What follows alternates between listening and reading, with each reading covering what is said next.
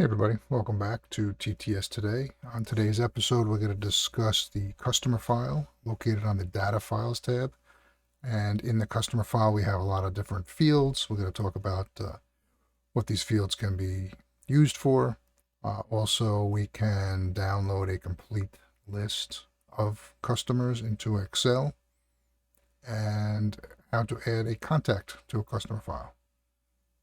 All today on TTS Today. Okay, so here we are on the customer file, which is located under the Data Files tab. And we have two sections under Customer, and Customer Search. So in the customer file, we have some options on the left: add a contact, delete, download, which will allow you to download to Excel a complete list of the customers in your database, and also save. Always important to remember, whenever you make a change to a customer file, you need to save. If you do navigate away from this page, it most probably will not save that data. You have to enter it again. So at the top, we have our search box, I'll call it. So there's two ways to search for a customer. We can enter the name up here. Also go to the customer search, but just start typing STE. You'll pick up everything. It's like a wildcard search, everything that begins with STE or anywhere in that location. So click on Steve's Wire.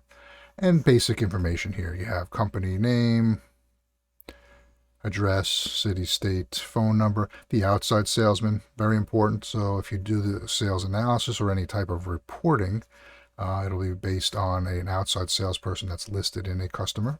So for sales analysis, which we'll talk about in another episode, any reports or data or sales for that matter for that particular salesperson will be filtered based on this outside salesperson. You can add additional salespeople. You can add an inside salesperson. Customer type, most standard customers are going to be direct customers, but also you have architects, engineers, things like that. That can be added here. Divisions, if you want to separate this customer into a specific division, so I'm in San Diego today, I can choose Western states, so everything in Western states can be brought up on a report. And that's important to note. A lot of these fields, divisions, territories, groups, all would be for reporting purposes. So if I had a bunch of Steve's Wire or Wire customers and I wanted them to be linked to a group, for instance, I could actually go down here, and I added this in already, and add them to a Wire group. Territory, for this particular location, I have California Coast. So I can bundle a bunch of customers into a specific group or territory or division for reporting purposes. Makes it easier to get reports out. By the way, divisions, territories, and groups are added in the company data tab. Most users will not have this. This is an administrator function. Just to show you, so if you do need this information, you will contact the administrator of your organization. You can always give us a call. We can find out who that administrator is, and we can help you get this data loaded into the system. But if I click on company data, here's all our different groups that are built in to the system. So here's our divisions. They can add a division, they can remove divisions, territories, and groups. So again, this is added by the administrator of your organization. Going back into customer, pull up customer. So go into Steve's Wire. I did navigate away from Steve's Wire before I saved it, so you'll notice that none of this information is saved in there. So very important. Let's choose Western states. Let's choose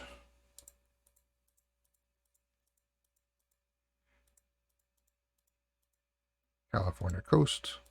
And you could do more than one, by the way.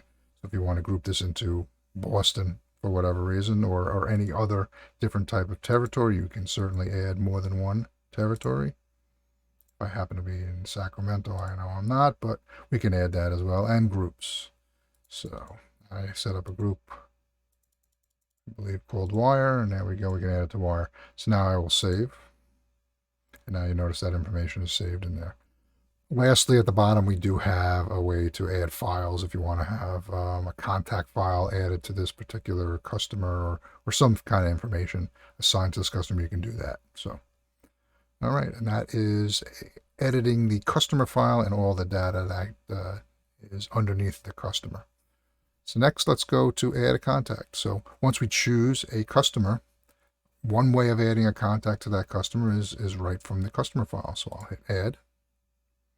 And then it gives us a list, an open list. This is a brand new contact for this, but notice it fills out Steve's wire. So now I would just enter that information in here. So first name, last name, email address. If they are assigned to an email list, I am going to go over contacts more detail in another video, but we can add email lists if you're sending out bulk email and you want this contact to be included on that list. So there's your contact information. Again, you do have the ability to add a file. Click save. It would save that. We're not going to wind up doing that.